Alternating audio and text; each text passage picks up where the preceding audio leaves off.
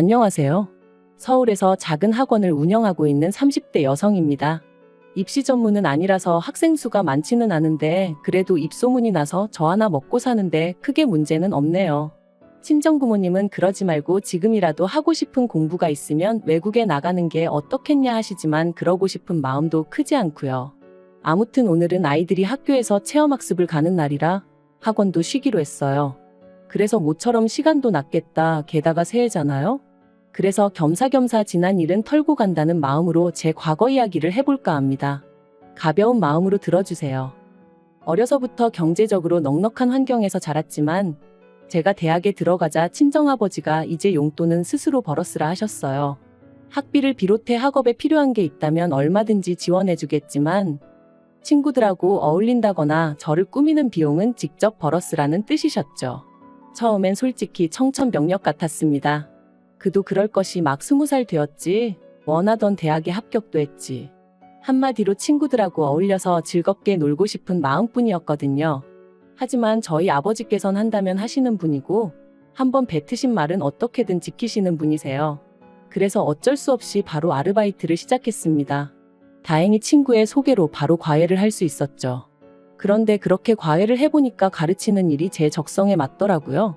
그래서 아예 그 길로 진로를 잡고 대학교 2학년 때부터는 학원에서 일을 시작했습니다. 참고로 주변에서는 그럴 것 같으면 차라리 임용고시를 보는 게 어떻냐 하기도 했지만 저는 언젠가 제가 하는 일을 사업화시키고 싶은 욕심도 있었기에 학원으로 노선을 잡았던 거예요. 그런데 어느덧 세월이 흘러 제 나이 33이 되었을 때 소위 사람들이 말하는 현타가 왔습니다. 주변을 둘러보니 어느새들 그렇게 결혼하고 애 낳고 참고로 시집 안 간 친구들도 많았지만 저는 비혼은 생각해 본 적이 없었기 때문에 그런 친구들은 별로 눈에 들어오지 않았네요. 아무튼 그때 친구 중 하나가 자기는 자기 남편을 결혼정보회사를 통해서 만났다며 저도 그런 회사에 한번 등록을 해보면 어떻겠냐대요. 그러면 쓸데없이 시간 낭비는 안 해도 된다면서 말이죠. 그리고 그땐 그 친구가 저를 소개하면 소개비를 받는다는 건 꿈에도 상상을 못했기에 그저 친구가 정말 저를 걱정해서 해주는 말이라고 생각했어요. 그래서 친구만 믿고 친구가 소개하는 회사에 등록했습니다. 그리고 그곳에서 이제는 과거가 되어버렸지만 남편을 만나게 되었지요. 첫 만남에서 제가 10분 일찍 약속 장소에 도착했는데 남편은 저보다 더 일찍 나와 있었어요. 별거 아닌 것 같았지만 기분은 좋대요. 뿐만 아니라 저는 취미로 기타를 치곤 했는데 남편이 기타에 대한 지식이 해박하더라고요. 이때만 하더라도 업체를 통해 남편이 미리 제 취미생활을 알고 나왔을 줄은 꿈에도 생각을 못했어요. 그저 저랑 관심사가 비슷하고 그래서 그쪽으로 아는 게 많은 거라고만 생각한 거죠. 아무튼 덕분에 식사하는 내내 대화가 끊이질 않았으니. 그리고 그날의 호감이 만남으로 이어져 저희는 결혼까지 약속하게 되었습니다. 그런데 결혼식까지 딱 2주를 남겨놓은 시점에서 남편이 미안하다며 충격적인 이야기를 꺼냈어요. 그건 바로 남편이 저와 상의도 없이 주식을 해서 결혼자금으로 준비해놨던 1억을 전부 날렸다는 거였죠. 처음엔 멍했어요. 방금 내가 무슨 이야기를 들은 건가? 현실감이 없었다고 해야 할까요? 제가 도대체 무슨 생각으로 그런 거냐고 화를 냈더니 그래도 자기가 남잔데 반반 결혼은 좀 모양이 빠지는 것 같아서 그랬다는 거예요. 어이도 없고 황당해서 뭐라고 할 말도 마땅히 떠오르지 않을 정도였습니다. 유치하고 단순한 남편의 사고방식에 정말 크게 실망하기도 했고요. 하지만 결론부터 말하자면 파혼은 하지 못했어요.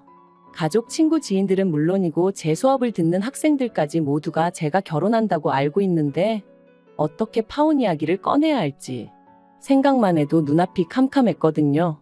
그래서 너무나 한심한 결정이었지만 그냥 안고 가기로 했네요. 사람이 살다 보면 실수도 할 수 있는 거고 범법 행위를 한 것도 아니니 돈이야 다시 벌면 되니까 사람의 됨됨이만 보자, 마음씨만 보자. 나름대로 어떻게든 합리화를 시키면서 저 편한 대로 생각하기로 했던 거였죠. 그래도 그때는 남편이란 인간에 대해서는 나름대로 믿음과 확신은 있었거든요. 적어도 인간 됨됨이는 괜찮은 사람이라고요. 물론 친정부모님은 크게 반대하셨습니다. 요새 이혼하고 잘 사는 사람도 얼마나 많은데 파혼 그까짓 게 대수냐면서 저더러 정신 차리라고요. 그런데 저는 평생 친정부모님께는 자랑스러운 딸이고 싶었고 유치하지만 솔직히 누군가에게는 부러움의 대상이고 싶었어요. 그래서 그런 부모님의 반대를 무릅쓰고 원래대로 결혼을 강행했습니다. 하지만 능력이 없어서 신혼집도 결국엔 친정부모님이 마련해 주셨죠. 돌이켜 생각할 때마다 자랑스러운 딸은커녕 참으로 못난 딸이었네요. 그리고 이후로 한동안은 그래도 나쁘지 않은 결혼 생활이었습니다. 종종 생각지도 못한 남편의 모습에 놀라는 일도 있었고 연애 때와는 달리 부딪히는 일도 종종 있었지만 이 모든 게 서로에게 맞춰가는 과정이라 여겼죠. 하지만 결혼한 지 2년째 되던 해 친정아버지께서 쓰러지시면서 제 일상도 제 믿음도 전부 다 순식간에 무너지기 시작했네요. 사장실에 쓰러져 있던 친정아버지를 직원이 발견해 병원으로 옮겼고 여러 가지 검사가 이루어졌습니다. 그리고 그 검사 과정에서 쓰러지신 이유는 단순히 과로 때문으로 밝혀졌지만 진짜 문제는 친정아버지가 위암이셨다는 거였죠. 거기다 암의 위치와 상태가 안 좋아서 다른 장기로 전이 가능성이 높으셨기에 흔히들 생각하는 복강경 수술이 아니라 개복 수술로 위절제까지 하셔야 됐고요. 그런데 이런 상황에서 남편이 보여준 반응은 황당하기 짝이 없었어요. 기껏 한다는 소리가 오해하지 말라면서 그럼 자기 부모님이 투자하신 5천만 원은 어떻게 되는 거냐고 물었으니까요. 남편과 결혼할 때부터 시부모님께서 저희 친정부모님이 하시는 사업에 투자를 하고 싶다며 큰 관심을 보이셨습니다. 하지만 아무래도 사업이라는 게 돈이 오가는 일이다 보니 친정부모님은 그럴 생각이 전혀 없으신 눈치셨어요. 그랬더니 저희가 결혼한 지 1년쯤 돼가던 무렵부터 시부모님이 서운하네 어쩌네 하시며 또다시 투자 이야기를 꺼내시는 거예요. 그 무렵 친정아버지 사업이 잘 풀려서 큰 집으로 이사도 하시고 차도 바꾸시고 그러셨는데 아마 남편을 통해서 시부모님 귀에도 이 이야기가 들어간 모양이었죠.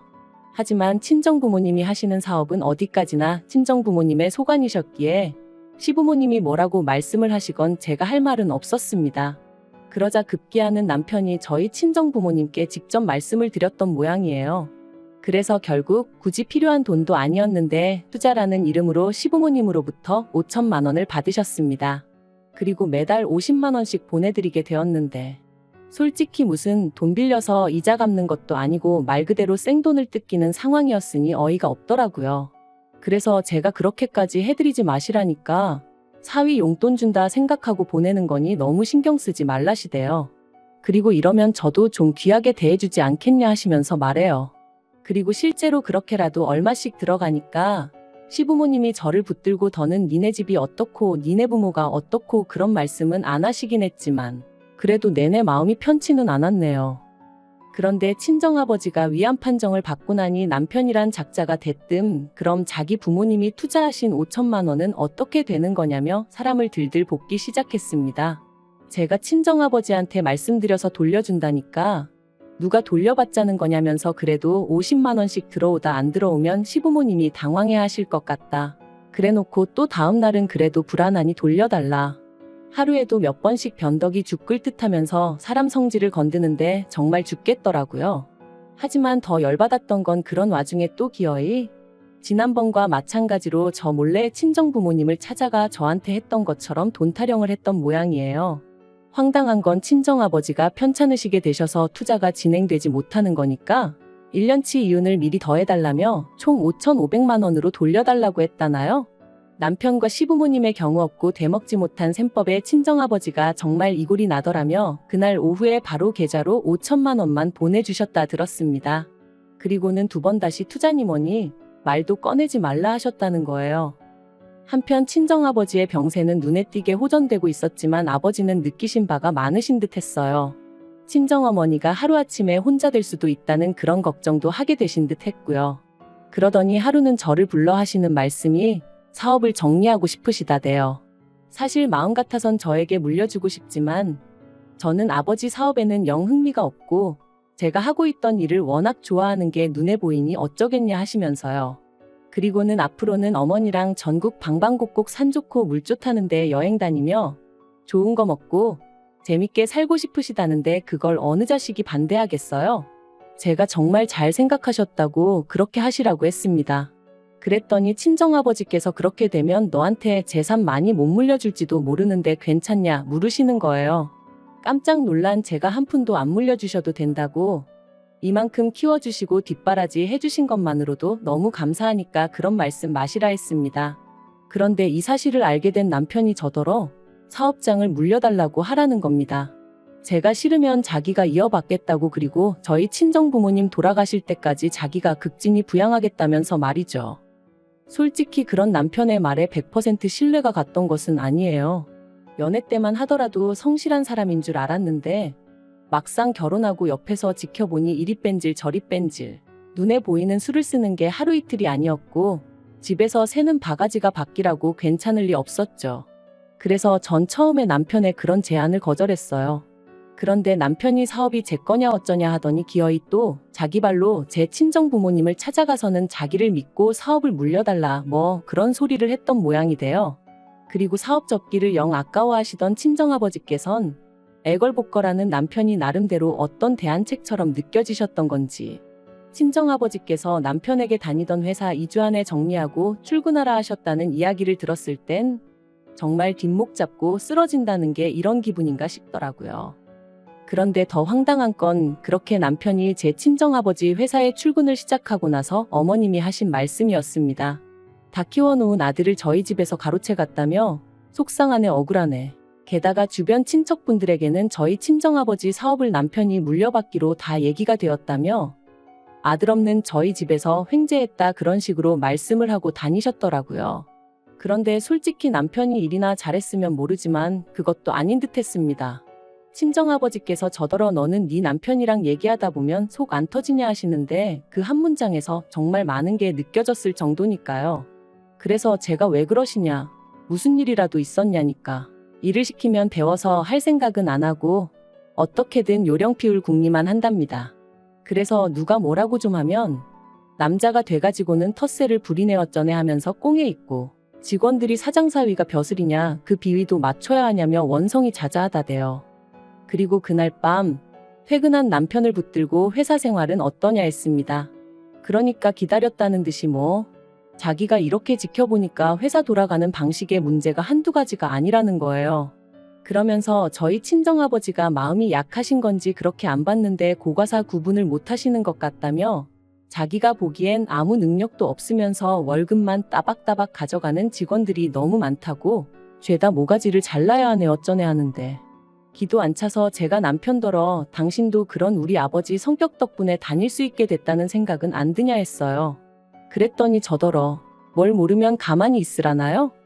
하지만 남편의 막말은 거기서 끝이 아니었습니다.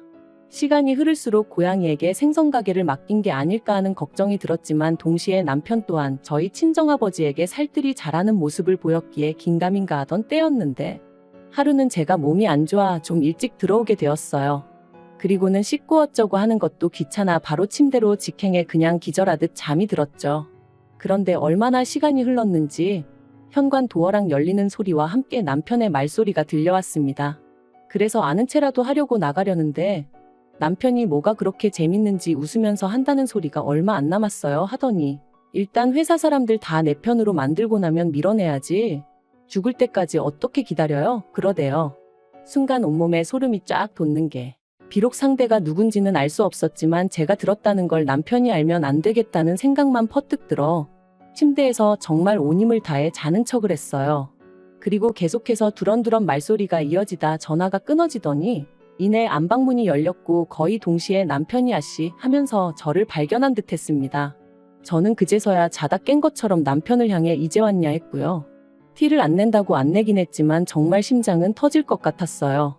남편은 뭔가 꺼름직한 표정으로 절 보더니 아니다 하고는 곧장 씻으러 갔고 저는 무슨 스파이라도 된 것 마냥 남편의 핸드폰을 뒤지기 시작했습니다.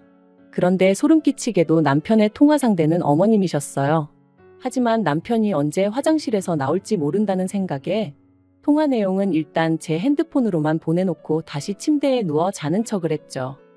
그리고 지옥 같은 밤이 지나고 이튿날 남편은 다름없이 출근을 했고 저는 그제서야 남편과 어머님의 대화를 들어볼 수 있었는데 내용은 충격 그 자체였습니다. 어머님은 남편에게 저희 집에서 아주 당신 아들을 머슴 부리듯 한다며 재수없어 죽겠다 난리셨고 그런 어머님께 남편이 한다는 말은 적당히 저희 친정아버지 비위 맞춰드려 환심을 사고 이후로 아버지를 몰아내서 회사를 차지하겠다. 그러면 그때부턴 어머님한테 한 달에 100만 원이 뭐냐 200, 300도 드릴 수 있다. 어머님이 저는 어쩔 거냐 물으시니 사람들 보는 눈이 있으니 사업 뺏고 몇 년 살다가 성격 차이 뭐 그런 이유로 이혼하자 하면 지가 별 수 있겠냐고 그러는데 정말 당장이라도 심장이 터질 것 같았고 어째서인지 눈에선 눈물이 주룩주룩 흐르더라고요. 그리고 무려 이틀 동안 저는 남편의 가증스러운 면상을 보면서 이 일을 어찌할지 고민에 고민을 거듭했습니다. 경찰에 신고를 해야 하나, 그냥 내가 먼저 이혼하자고 해야 하나. 하지만 결국 저는 제 나름대로 눈에는 눈, 이에는 이를 시전하기로 했어요. 그래서 남편에게 적당한 핑계를 둘러대며 양가 부모님을 모시고 식사 자리를 마련했죠. 어머님은 벌써부터 당신 아들이 사장이나 된 줄 아셨는지 있는 대로 콧대가 높아져 계셨는데 아마 모르는 사람이 봤으면 어머님 아들이 저희 가족 먹여 살리는 줄 알겠더라니까요. 한편 어느덧 분위기가 무르익어 갈 때쯤 제가 사실 양가 부모님을 모신 데는 다 이유가 있다 하고는 남편 앞에 서류 봉투를 내밀었습니다. 남편은 영문을 모르겠다는 표정으로 저를 잠시 보더니 무슨 김칫국을 처마셨는지 이거 뭐 계약서 같은 거냐며 싱글벙글 봉투를 열어보더라고요. 하지만 그 서류 봉투 안에는 제가 먼저 작성한 이혼 신고서가 들어있었어요. 당연히 남편 얼굴은 이미 잿빛이 되어서는 이게 지금 뭐 하자는 거냐대요. 어른들까지 다 모셔놓고 이게 무슨 짓이냐며 말이죠. 그래서 제가 제 핸드폰에 있던 어머님과 남편의 통화를 틀었습니다. 아니나 다를까 이내 어머님과 남편은 저더러 끄라며 난리가 났고 아버님과 저희 친정부모님 표정은 있는 대로 심각해졌지요. 제가 남편더러 내가 이 내용을 듣고 얼마나 소름이 끼쳤는지 아냐고, 그런데 내가 너랑 살고 싶겠냐 했습니다. 친정아버지께서도 머리 검은 짐승은 거두는 게 아니라더니 당신이 아주 헛짓거리를 했다며 크게 노하셨고요. 그리고 당연한 결과로 친정아버지가 남편을 해고하셨어요. 남편이 억울하다 자기의 능력만 봐달라 그러며 매달렸다는데 친정아버지가 너무 어이가 없어서 콧방귀가 다 나오셨다네요. 그런데 문제는 친정아버지 회사에서 잘리고 나니 남편도 눈에 뵈는 게 없었는지 더더욱 이혼은 못 해주겠다고 나오더라고요. 그래서 결국 소송했고 1년 만에 이혼했네요. 다만 법이라는 게 남편이 어머님하고 그런 통화를 했을 뿐이지 그렇다고 직접적으로 저희 친정아버지한테 어떤 위해를 가한 것은 아니라 그에 대한 책임을 물기는 어렵다는 거예요. 황당했지만 나라법이 그렇다는데 제가 뭘 어떻게 할 수가 없잖아요? 그래도 소송 자체는 제가 승소하여 이혼하게 되었으니 그걸로 만족하는 수밖에 없었네요. 그런데 그렇게 이혼하고 나서 반년쯤 지났을 땐가 남편에게 연락이 왔어요. 어이없게도 한다는 소리가 이제 이혼해서 완전히 남남이니까 자기가 다시 저희 친정아버지 회사에 이력서를 넣겠다는 거예요. 그리고는 한때 자기를 정말 사랑했던 게 사실이라면 눈 딱 감고 자기 좀 뽑아주라고 친정아버지한테 말 좀 해달라면서 자기가 집에 있으니까 어머님이 너무 속 터져 하신다고 저더러 어머님 성격 잘 알지 않냐면서 좀 도와달랍니다. 정말 황당하고 어떻게 사람이 이렇게 뻔뻔한가 싶더라고요. 그리고 물론 그런 소리를 듣고 제 마음이 흔들렸을 리가 있나요? 미치려면 곱게 미치라고 그랬습니다. 사람이 더 이상 잃을 게 없으면 염치고 체면이고 그런 것도 없나 보죠? 정말 사람 달리 보이더라니까요. 뭐 어쨌든 지 인생 시궁창처럼 살든 말든 제 알바는 아니니 더는 연락 같은 거 안 해줬으면 좋겠네요. 당분간은 뭐가 됐건 간에 저 스스로 제 자신을 돌보며 지낼 생각입니다. 사람 보는 눈도 좀 기르고요. 그리고 그렇게 건강히 지내다 보면 또 어떤 식으로든 행복이 찾아와 주겠죠?